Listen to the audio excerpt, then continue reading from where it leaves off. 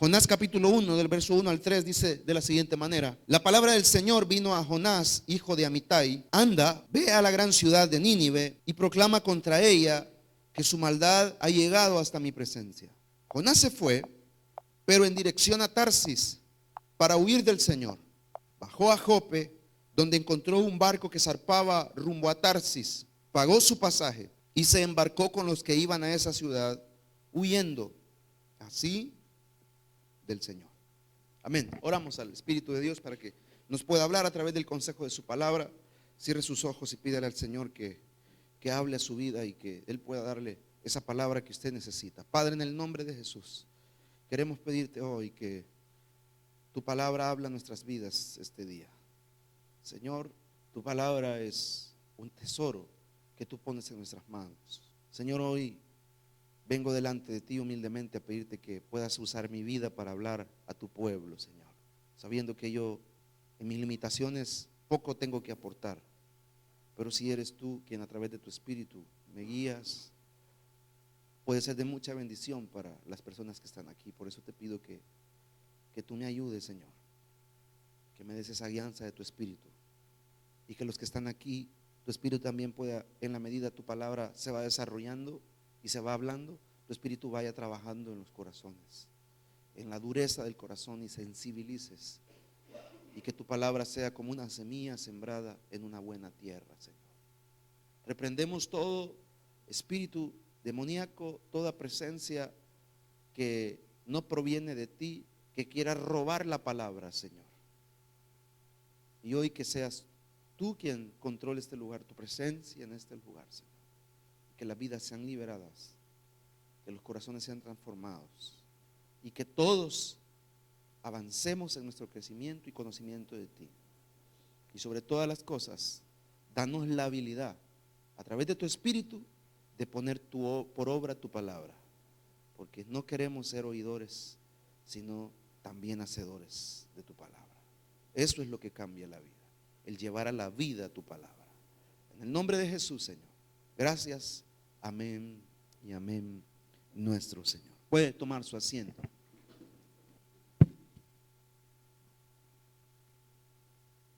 Creo que no hay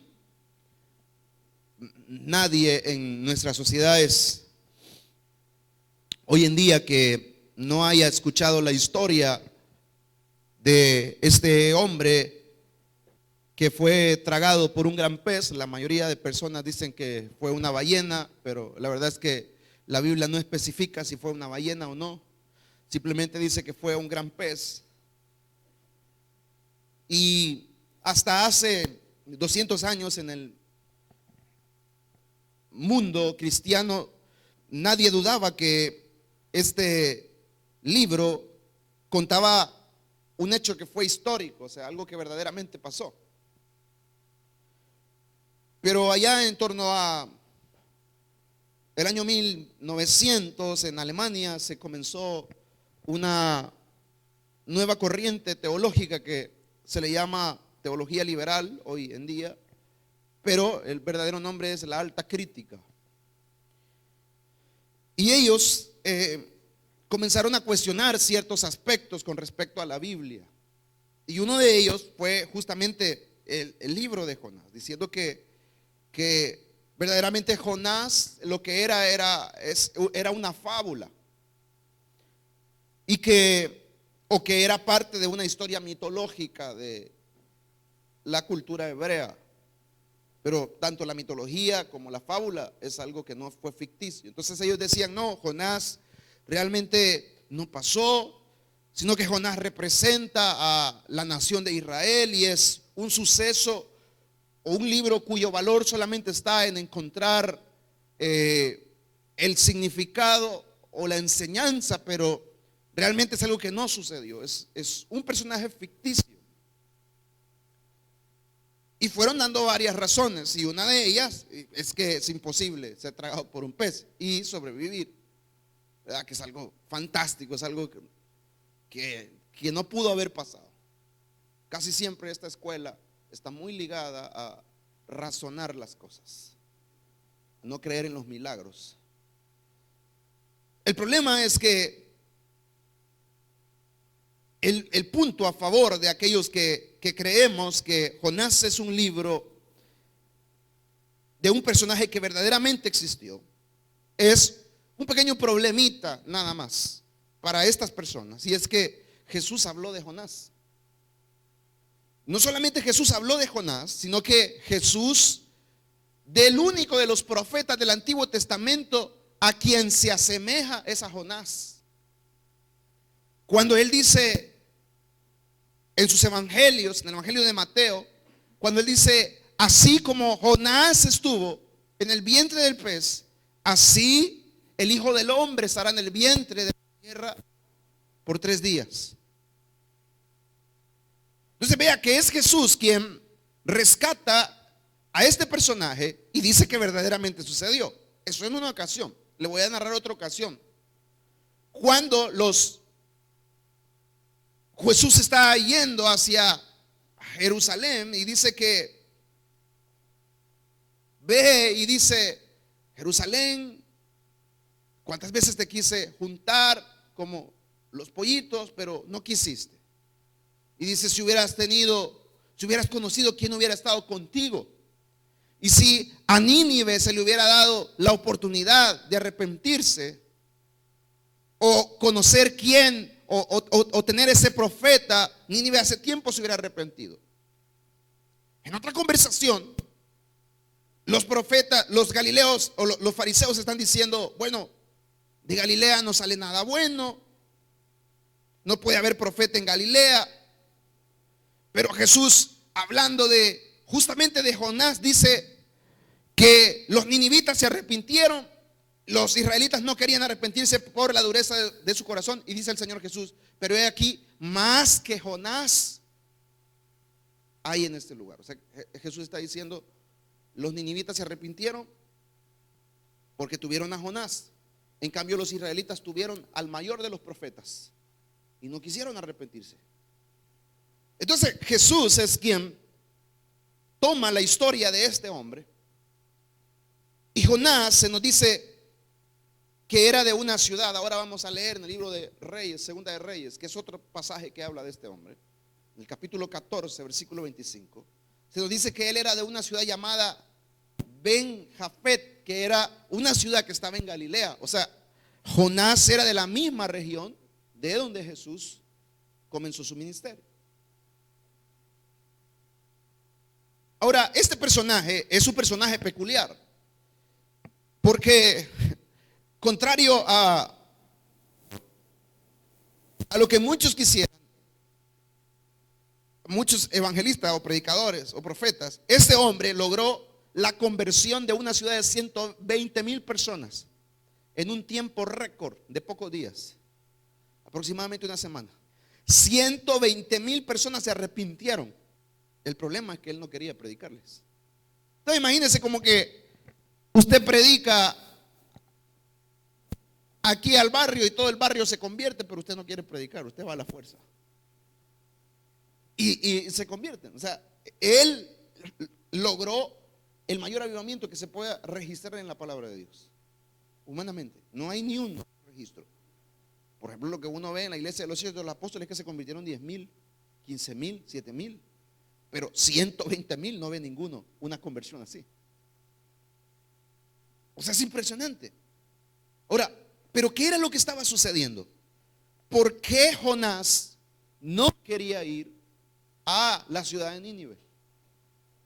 Para eso hay que leer el contexto de la vida de este hombre. Y vamos a ir a Segunda de Reyes, el pasaje que le dije. Versículo 25 del capítulo 14 de Segunda de Reyes. Dice la Biblia de la siguiente manera, lea conmigo. Dice: él fue quien restableció las fronteras de Israel desde Lebo a Hamat hasta el mar del Arabá, según la palabra que el Señor, Dios de Israel, había dado a conocer por medio de su siervo Jonás, hijo de Amitai, el profeta de Gat. Ese es el único pasaje en el que podemos ubicar a Jonás en cuanto a su contexto histórico. Dice que Jonás ejerció su ministerio en la época de Jeroboam II, en el tiempo de la división de los reinos de Israel. Le voy a hacer una pequeña introducción histórica para que entienda. Saúl es el primer rey de Israel, pero Dios desecha su dinastía y levanta otro rey, quien sería David. David prospera la nación y de David nace su hijo Salomón, quien toma el reino, y Salomón convierte a Israel casi en un imperio. Pero dice la Biblia que en los días finales de Salomón, Salomón se pervierte a causa de sus multitud de mujeres extranjeras. Algunos no entienden lo que significa eso, y es que antiguamente las relaciones comerciales con un país se hacían a través de matrimonios. O sea, un rey cuando daba a su hija a otro rey, lo que estaba haciendo es garantizando una relación de alianza y de comercio. Entonces, cuando dice que Salomón tuvo muchas mujeres extranjeras, lo que significa es que Israel tenía paz por todas sus fronteras y que todos querían hacer comercio y tener a Israel como aliado. Entonces, no es que Salomón fuera un pervertido que quería muchas mujeres, sino que era la costumbre.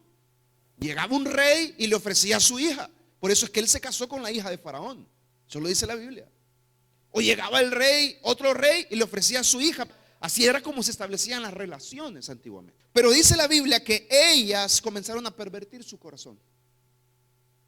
Y en sus últimos días, dice la Biblia que Salomón se alejó de Dios. Entonces Dios envió un profeta y le dijo: Dios te ha desechado y Dios te va a castigar, pero por misericordia tu padre David no te va a quitar todo el reino, sino que te va a quitar 10 tribus. Y entonces es cuando, al morir Salomón, su hijo sube al poder y el reino se divide en dos a causa de una rebelión, y nace lo que se conocen como los dos reinos: el reino del sur y el reino del norte. Y esa es la historia del libro de los reyes, lo que sucedía en los dos reinos. Entonces, Jonás ejerce su ministerio en el reino del norte, que era, en este caso, llevado por Jeroboam II. Jeroboam fue el que toma el que divide el reino, y se lleva 10 tribus. Y solo se queda la tribu de Judá con la tribu de Leví, parte de la tribu de Leví, toda la tribu de Leví, mejor dicho, y parte de la tribu de Benjamín, ¿verdad? Pero Jeroboam se lleva 10 reinos. Y estos reinos, este reino que se le llama el reino de Israel, por eso es que uno se llama reino de Israel y otro reino de Judá. Y el reino de Israel fue más malo que el reino de Judá. Los dos fueron muy malos, pero el reino de Israel fue más malo. Por ejemplo, el reino de Israel es el que tuvo a Acab como rey. ¿Usted se acuerda de Acab y su esposa Jezabel? Eran malos, malísimos, ¿verdad? Y es ahí en el reino del norte donde ejerció su ministerio Elías y Eliseo. Y casi todos los profetas menores y los grandes profetas, Elías, Eliseo, ejercieron su ministerio en el reino del norte. Porque entre más malos somos, más oportunidades nos da Dios para que nos arrepintamos. Pero más duros somos también. Pero por esas oportunidades Dios nos juzgará. Y eso es lo que pasará en el reino del norte, que tuvo los grandes profetas, pero no quiso arrepentirse. Y entonces Dios dijo: los voy a barrer. Y los barrió del mapa, los destruyó. Y los destruyó de tal manera que nunca más este reino volvió a levantarse. Y hay 10 tribus perdidas de Israel hasta el día de hoy. No se sabe qué fue de esas tribus, quedaron totalmente destruidas. ¿Y sabe quién destruyó esas tribus? La destruyeron los asirios. ¿Y sabe cuál era la capital de los asirios? Nínive. Era la capital del reino que años después iba a destruir la nación de Jonás. Esa es la importancia de estudiar el contexto de un libro, porque entonces uno puede entender por qué Jonás no quería ir a predicar a Nínive. Él no quería ir a predicar a Nínive, porque él no comprendía cómo Dios quería ofrecer misericordia sobre una nación que le había hecho tanto daño a su país. 30 años de asedio llevaba Israel a causa de los asirios. 30 años en que los asirios les habían estado causando problemas. Y cuando leemos ahora estas palabras, se nos ve a Jonás profetizando en favor de su nación. Y eso era lo que Jonás quería. Eso era lo que todo profeta de Israel quería. Y dice el pasaje que hemos leído que Jonás profetizó, y profetizó que Jeroboam iba a traer paz a las fronteras, desde el mar hasta Hamat. Iba a haber paz, que Dios iba a dar paz a las fronteras de la nación y que Israel iba a crecer. Esa clase de profecía le gustaba a Jonás. Esa clase de palabra era la que Jonás quería pronunciar. Pero ahora Dios llega y le habla y le dice: Jonás, quiero que vayas a Nínive, a la capital de esa nación que les está haciendo tanto daño. Quiero que vayas y prediques y le digas que voy a destruir la ciudad a causa de su maldad. Y Jonás dice: pero Señor, si eso es lo que queremos, que destruyas la ciudad, si por eso estamos orando, para que destruyas la ciudad, si llevamos orando y pidiéndote hace meses, años, 30 años que esta nación es invadida por esta gente. Hace 30 años que te estamos pidiendo que destruyas esta ciudad, y ahora tú me estás diciendo que vaya donde mis enemigos y que les predique. Y como hemos leído en el texto, dice que Jonás lo que hace es que se va en dirección a Tarsis. Tarsis era un puerto que quedaba en Cádiz, aquí en España. Y dice que él quiere huir del Señor. Algunos piensan y dicen que Jonás, lo que sucedía era que creía que una creencia común en este tiempo era que los dioses solamente ejercían su poder en el territorio de la nación en la que se encontraban. Entonces ellos pensaban que Jonás se quiso ir de Israel porque dijo: fuera de Israel Dios no tiene influencia, hay otros dioses. O sea, era una sociedad politeísta. Pero vemos en el versículo 9 que cuando los marineros lo encaran y entran en el barco, él les dice: yo soy hebreo y temo al Señor, Dios del cielo, del mar, que hizo el mar y que hizo la tierra firme. Entonces, vea que Jonás no es que estaba huyendo para Tarsis porque dijo: si me voy allá a España o a Tarsis, Dios no va a poder ejercer su poder sobre mí. No es eso. Él sabía que Dios era el único Dios, y que era el Dios de los dioses, y que era el Dios del mundo, que lo hizo todo. Entonces, ¿por qué razones que Jonás se quiere ir? Él nos dará la respuesta en el capítulo 4. Por eso es que la Biblia hay que leerla bien. Algunos leen la Biblia y dicen: no, hay que leerla despacio, porque la Biblia mismo nos da las respuestas a nuestras interrogantes. Y Jonás nos da la respuesta en el capítulo 4, versículo 2, cuando Jonás le dice esto a Dios después que la ciudad se ha salvado. Y él le dice: así que oró el Jonás al Señor de esta manera. Y le dijo, lea conmigo, dice: oh Señor, ¿no era esto lo que yo decía cuando estaba todavía en mi tierra? Por eso me anticipé a huir a Tarsis, pues bien sabía que tú eres un Dios bondadoso y compasivo, lento para la ira y lleno de amor, y que cambias de parecer y no destruyes. Mire lo que está sucediendo aquí. Y es que Jonás dice: Dios no le había dicho, porque si usted lee el texto, cuando Dios le habla, hemos leído, y le dice: ve a la gran ciudad de Nínive, versículo 2, capítulo 1, y proclama contra ella que su maldad ha llegado hasta mi presencia. Dígame, ¿en algún momento Dios le está diciendo a Jonás, quiero salvar la ciudad? Le pregunto. ¿Le está diciendo Dios a Jonás, dile a los ninivitas que se arrepientan? ¿Está diciendo eso el Señor? No, solo le dice, ve y anúnciales que voy a destruir la ciudad. En ningún momento Dios le dice, ve y dile a los ninivitas que si no se arrepienten, entonces yo voy a destruir la ciudad. No, le dice, ve y diles que voy a destruir la ciudad. Pero aquí viene el tema, mi hermano, y es que Jonás conocía a Dios. ¿Y cómo lo conocía? Porque esa era la historia de Dios con su nación. La historia de Israel es la historia de Dios perdonando a la nación. En el libro de los jueces lo vemos. Bueno, desde que Israel sale de Egipto y pasado un par de días, dice la Biblia que se pervirtieron adorando al becerro en el desierto. Y Dios se airó y le dijo a Moisés, este pueblo me ha abandonado, quítate, los voy a matar a todos y de ti voy a crear un nuevo pueblo. Pero dice la Biblia que Moisés oró y se arrepintió y le dijo al Señor, no, Señor, no sea así. Y cuando vio el Señor el arrepentimiento de Moisés, ¿qué hizo?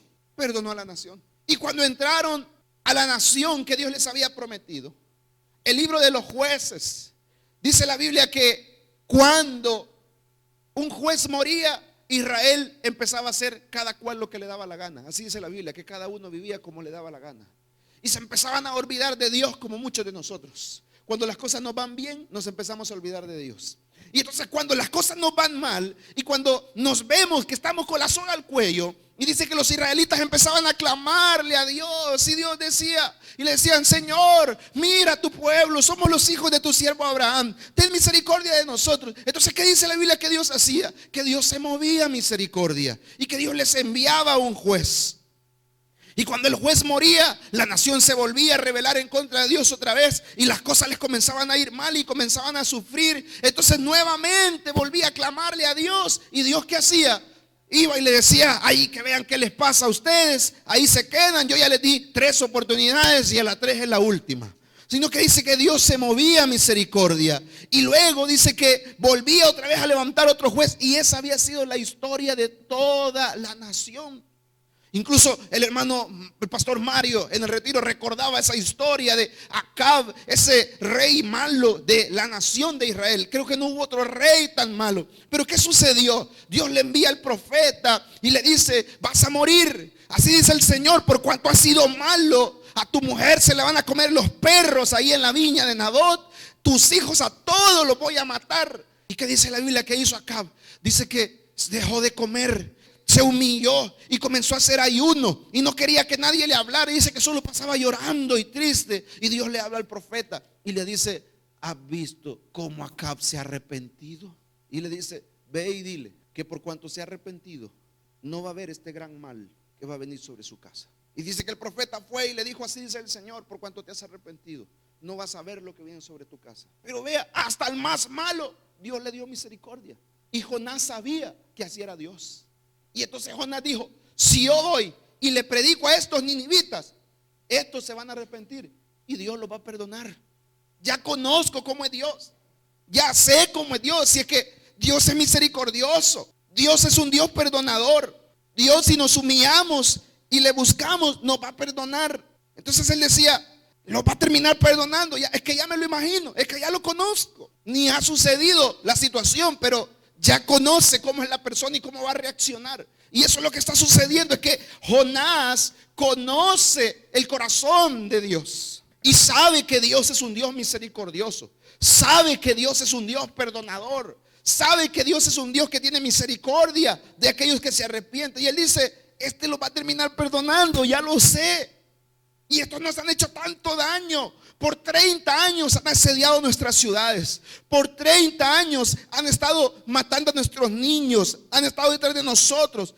Y ahora el Señor va a llegar y si se arrepienten, no vaya a ser que se arrepientan. Por eso que cuando él fue y predicó a la ciudad, dijo, me voy a ir allá al montecito, voy a agarrar unas palomitas y voy a esperar que caiga fuego del cielo. Y empezaron a pasar los días y no caía nada. Y empezaron a pasar los días y no caía nada. Y nada. Y entonces se enfadó y dijo: ya, lo sabía. Ven que lo sabía. Ya te conocía que eres así, Señor. Y es que eres lento para la ira y grande en misericordia. Y no es fácil, es difícil la posición del profeta, porque Dios le lleva a un lugar a predicarle a gente que le había hecho mucho daño a su tierra. No es fácil, porque no siempre Dios nos pedirá las cosas que nos gustan. Y dice la Biblia que Jonás se enfureció.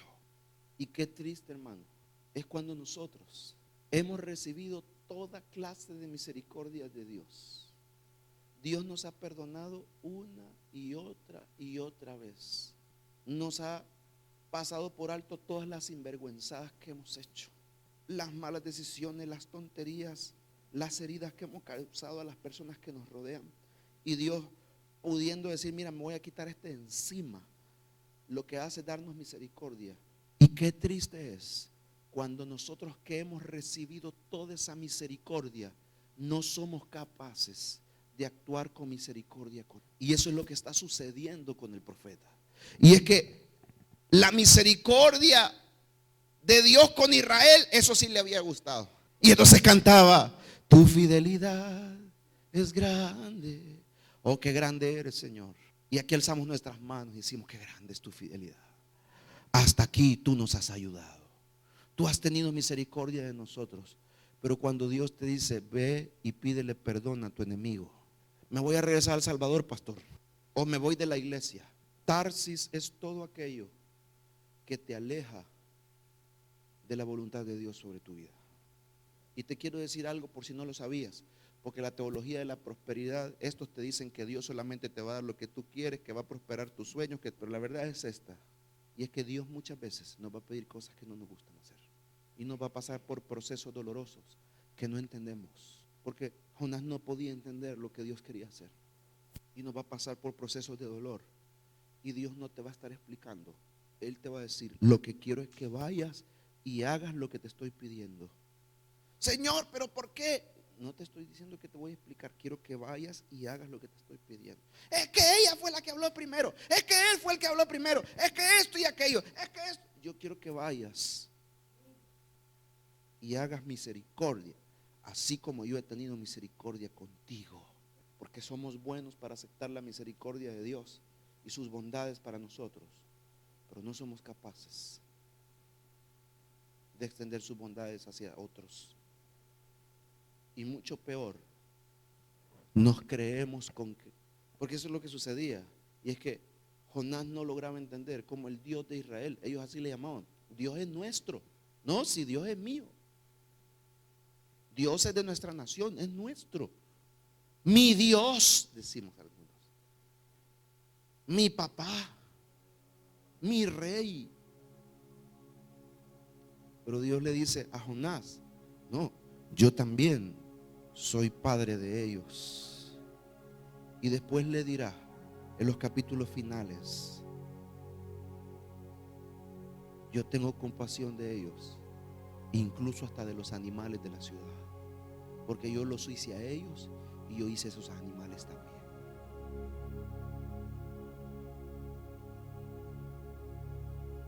¿Entiende, hermano? Y entonces nos vamos rumbo a Jope. Y de Jope queremos agarrar un barco a Tarsis, porque no entendemos los propósitos de Dios, porque no podemos concebir lo que Dios quiere hacer con nosotros. No, yo me voy. Y así vivimos muchos de nosotros, rumbo a Tarsis. Pero ahora quiero hablarle del otro punto, que es el punto más maravilloso. Por lo menos lo vemos en el profeta. Y es que Dios, pudiendo hacerlo fácil, opta por lo difícil. Lo fácil era mandar otro profeta. Yo no se lo dije, pero Jonás es contemporáneo de Amós, que es otro profeta. Dios podría haber dicho: este se va, hay que se pierda. Voy a llamar a Amós para que él vaya. Dios eso podría haber hecho.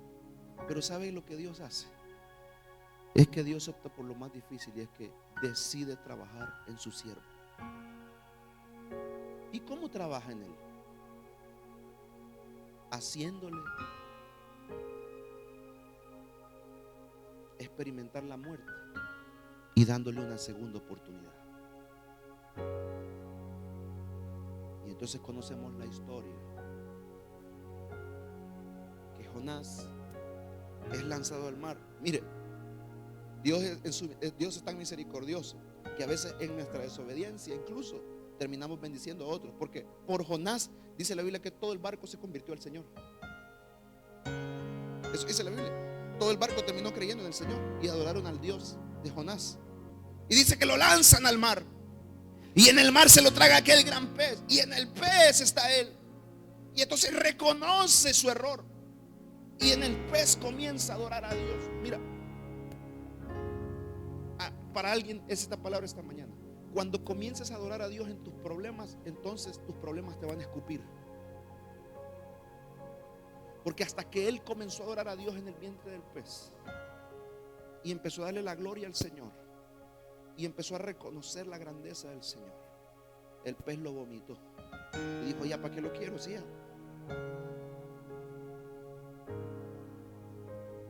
Hasta que doblegó y humilló su corazón, el pez le vomitó.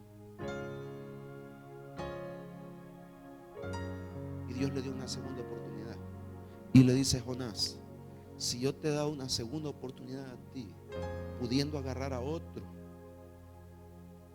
¿cómo tú no le quieres dar una segunda oportunidad a los ninivitas? Pero como los seres humanos somos duros, cabezones, todavía Jonás quería que se murieran. Y Dios, una vez más, le envía una calabacita. Porque dice que Jonás no tenía dónde refugiarse por el sol. Y dice que le envió una calabacita.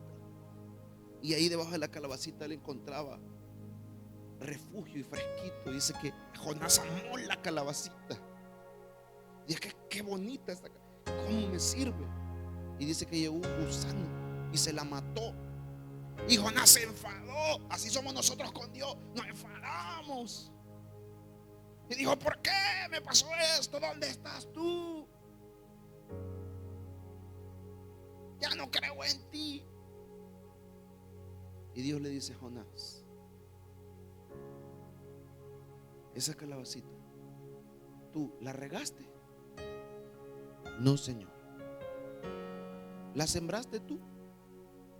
No, Señor. ¿Tú la hiciste crecer? No, Señor. ¿Verdad que tú no hiciste nada? No. Pero llegaste a amarla. Y cuando murió te dolió. ¿Cuánto más yo, que en el vientre de la madre de cada uno de los habitantes yo les hice, yo les tejí, yo les formé, yo hice esos animalitos? No les voy a dar una segunda oportunidad.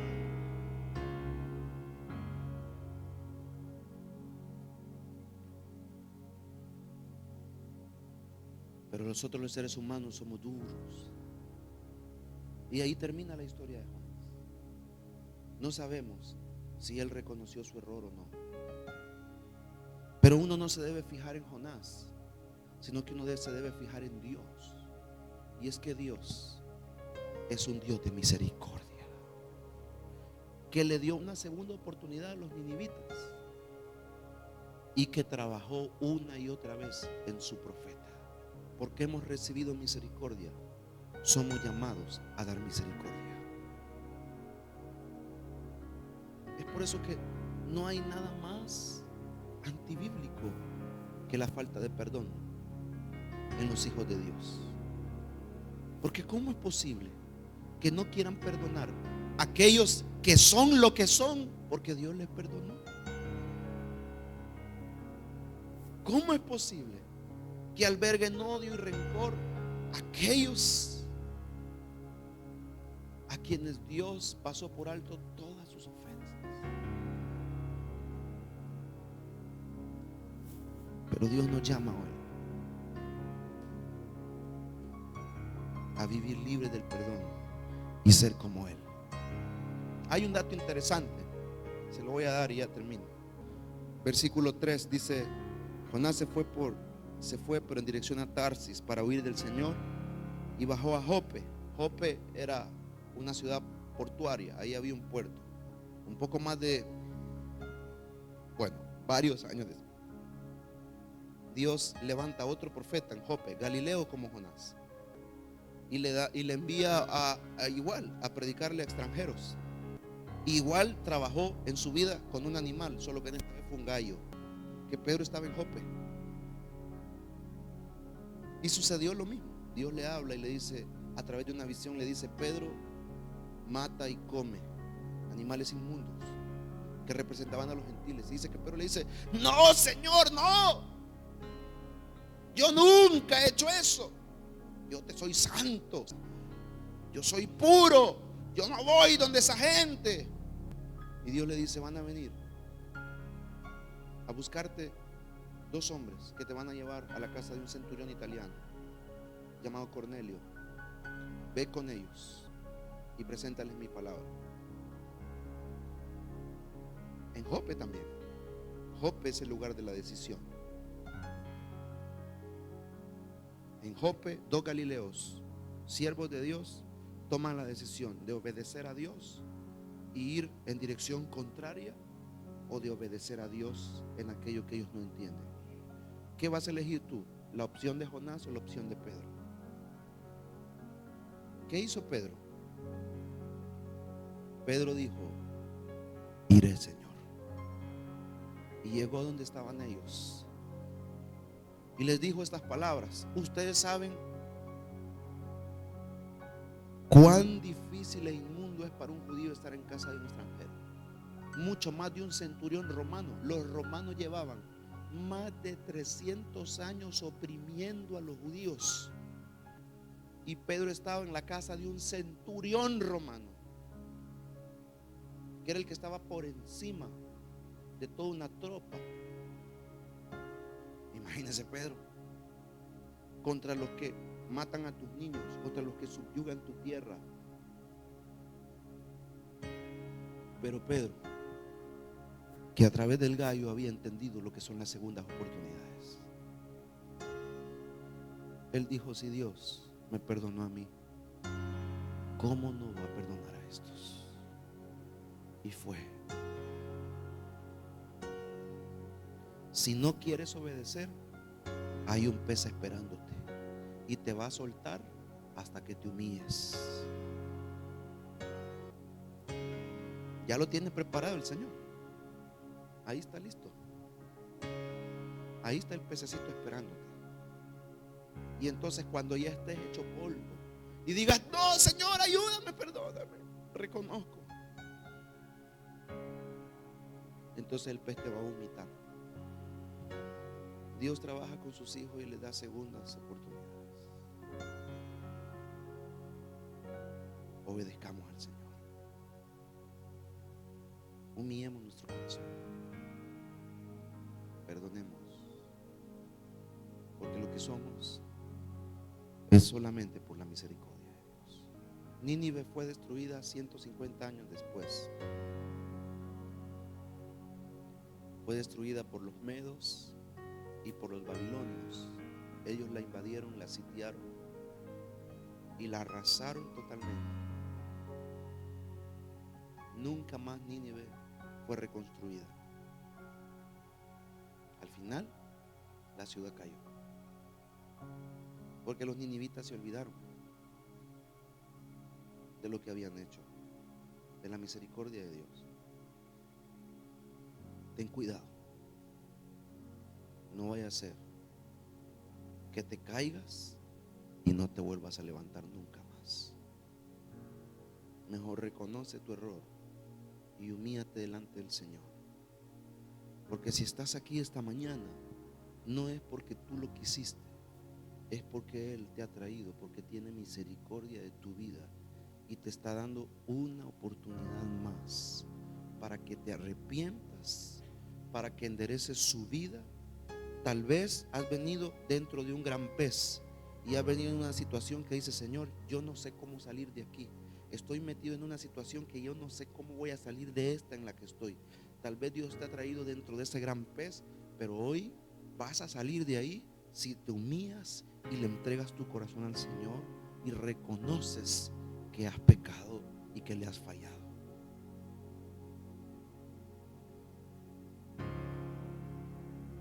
Si Dios ha hecho misericordia contigo y conmigo, no olvidemos sus bondades y demos a otros misericordia.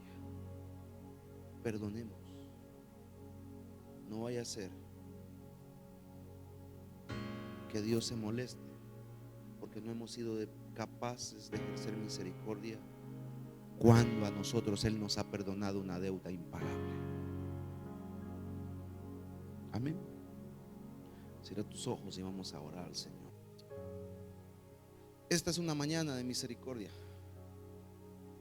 ¿Sabes por qué puedo asegurarte que Dios te puede perdonar? Porque Dios me ha perdonado a mí muchas veces. Porque Dios ha sido misericordioso conmigo muchas veces.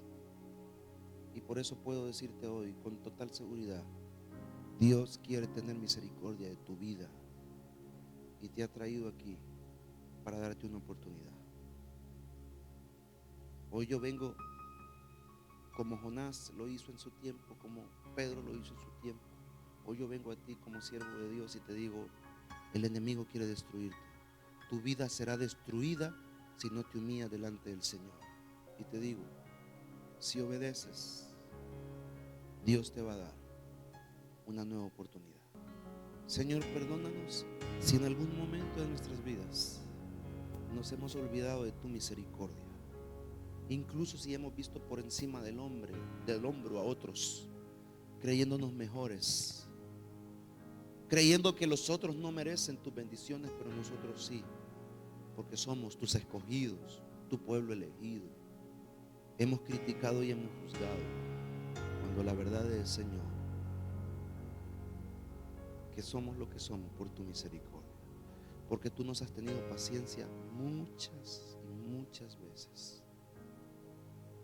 Ayúdanos, Señor, a entender esta verdad y a ser hombres y mujeres que estén dispuestos siempre a perdonar, a actuar con misericordia, por una razón sencilla, y es que tú has hecho lo mismo con nosotros. Por eso háblanos, Señor, siempre. Cuando olvidemos nuestros orígenes, háblanos y haznos recordar lo que somos, Señor. Habla nuestras vidas.